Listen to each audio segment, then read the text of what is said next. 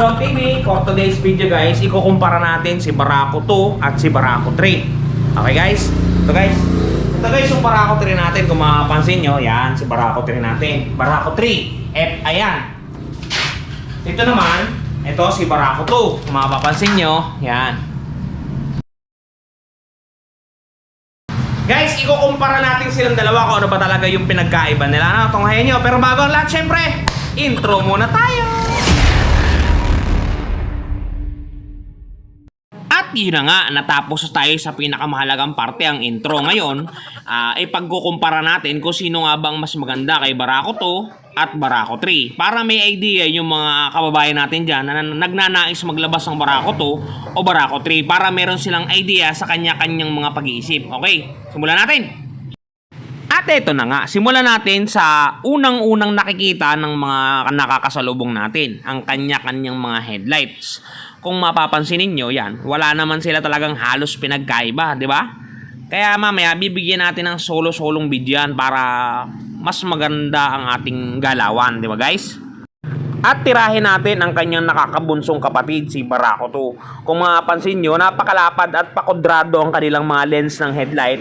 Bulb type yan. Mapapansin nyo yung kanilang mga signal light. Isa to sa safety features nila. Yan, mapapansin nyo. Kahit masemplang ka dyan, hindi mo basta-basta mababali yan. Napakatibay yan. Dumako tayo sa kanyang kuya. Yan. Ito naman ang ating Barako 3. Pares sila ng headlight, square, bulb type yan. At mapapansin niyo yung kanilang mga signal light ay napakatitibay. Kahit alug-alugin nyo, hindi nyo kayang baliin yan.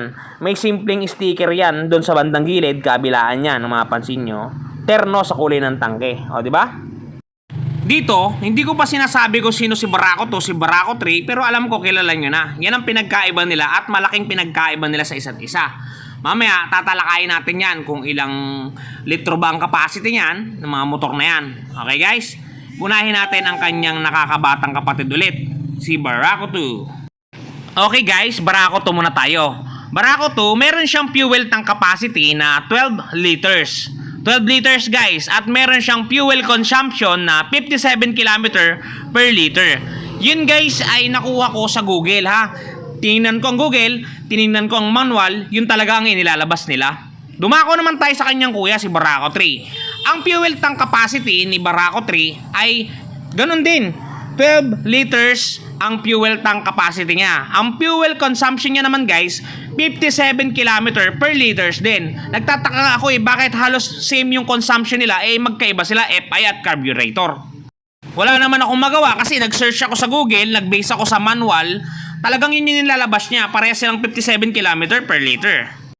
Dumako naman tayo sa mga tangke nila. Kung mapapansin nyo, mas maporma yung tangke ni Barako 2. Walang makakatutol dyan. Mas maganda yung tangke ni Barako 2 comparing dun sa Barako 3. Kasi yung kay Barako 3 yan, kakaiba. Videohan natin isa-isa.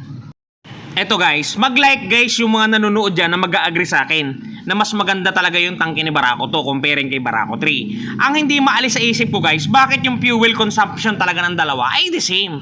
Diba, lingid naman sa kaalaman nyo, pag FI mas tipid kaysa kay karburador, diba? Ito naman ang tangke ni Barako 3, kung saan medyo may kalapadan talaga siya kung mapapansin nyo.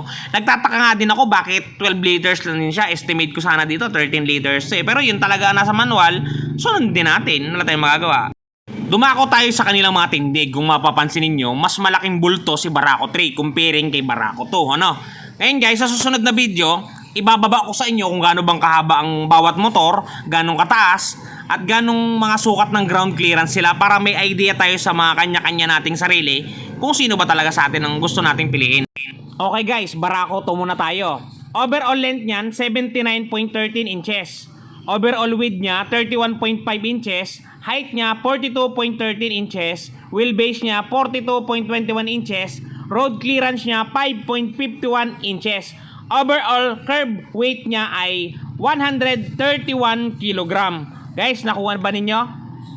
Okay guys, dumako naman tayo sa Barako 3. Overall length na to, 79.13 inches. Overall width, 30.7 inches. Height, 41.93 inches, wheelbase 48.82 inches, road clearance 7.71 inches. Overall curb mass is 130 kg. Kung mapapansin nyo guys, mas malapad si Barako 2, mas mataas si Barako 2, mas mahaba ang wheelbase ni Barako 2, mas mataas ang ground clearance ni Barako 2, at mas mabigat si Barako 2. All in all, mas malaki pala si Barako 2 comparing kay Barako 3. Alright, sana naliwanagan kayo guys. Pag-usapan natin kasunod ang kani-kanyang mga makina. Unahin natin ang makina mamaya ni Barako 2 comparing kay Barako 3. Yan, kung mapapansin nyo dito sa video, halos magkaiba na talaga yung makina ni Barako 2 kay Barako 3. Magkaiba na rin yung linya nila ng pipeline. Magkaiba lalo yung kanilang gasoline intake o kung tawagin ng carburetor at FI. Sa sunod na video, bibigyan natin sila ng kanya-kanyang video para mas malinaw sa ating mga mata kung saan ba talaga sila nagkaiba guys. Ano guys? Unahin natin syempre si Barako 2. Okay, unahin natin si Barako 2. Engine type niya 4-stroke, single overhead cam, single cylinder, air-cooled. Displacement niya 177 cm. Bore stroke niya 65.5 by 52.4 mm. Compression ratio niya 9.3:1. Starting system niya electric at saka kick. O, di ba? Fuel system niya carburetor. Okay guys, sana naliwanagan kayo. Okay, tapos na tayo sa Barako 2. Dumako naman tayo sa kanyang kuya, ang Barako 3. Engine type nito 4-stroke, single overhead cam, single cylinder, air-cooled. Displacement nito 177 cm. Bore stroke 65.5 by 52.4 mm.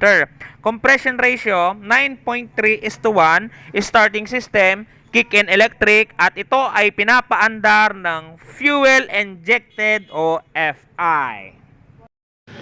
Guys, based dun sa ating mga naging client, mas madaling paandarin si Barako 3 comparing kay Barako 2. Kasi nga naman, FI na si Barako 3, talagang mas mabilis to paandarin. Yun lang naman, tip guys. At ayun na nga, dumako na tayo dun sa pinakahihintay ng marami sa atin para magkaroon na ng kanya-kanyang linaw kung magkano nga ba si Barako 2 versus Barako 3. Diba guys? Ito guys, ang presyo ng ating Barako 2, 91,000 ang kanyang cash price, 9,100 ang kanyang down payment. Ang 2 years niya, 5,454. Ang kanyang 3 years ay 4,468. Okay guys? Murang-mura, magandang-maganda ipang business to, talagang pasok na pasok sa budget. Dumako naman tayo sa kanyang kapatid, sa kanyang kuya na si Barako 3. Yan guys. Si Barako 3 ay may presyong, napapansin nyo, mas mahal siya ng konti, 100,500. Down payment niya 10,050 pesos. 2 years 6,059. 3 years niya 4,959. Mas mahal talaga to guys kasi mas advanced technology to kumpara dun sa kabila. FI na kasi to. Guys, kuha na kayo. One valid ID at proof of income lang. Sige guys, montage tayo.